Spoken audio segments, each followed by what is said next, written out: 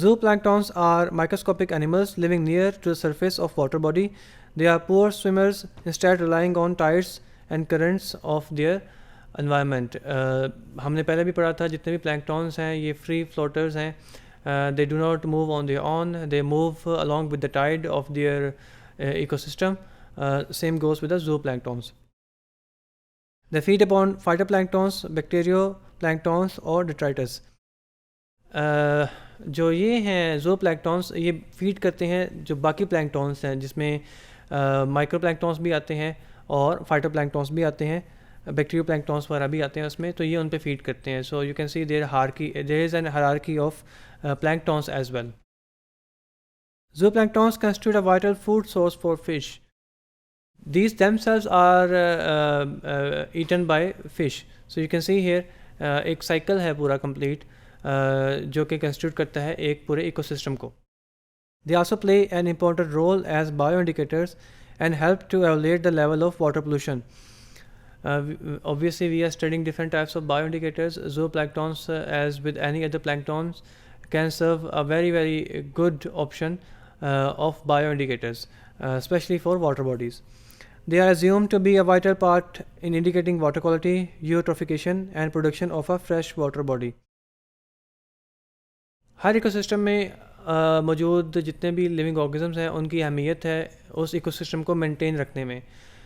There are certain species of there is certain diversity of species of certain genera. Then there is a certain number of certain species in an ecosystem, and all these parameters this maintains an ecosystem.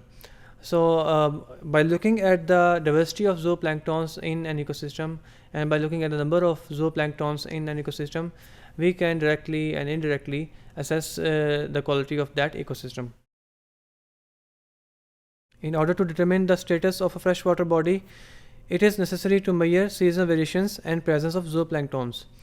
Now obviously we can study a water body by looking at planktons and by looking at zooplanktons, but we have to keep in mind the seasonal variations as well. वो changes जो कि मौसम की तब्दीली से आते हैं किसी भी लिविंग सिस्टम में, किसी भी इकोसिस्टम में, उनको भी मद्देनज़र रखना चाहिए. Because seasonal variation can change the diversity of zooplanktons in an ecosystem. It can also change the number of species of zooplanktons in an ecosystem.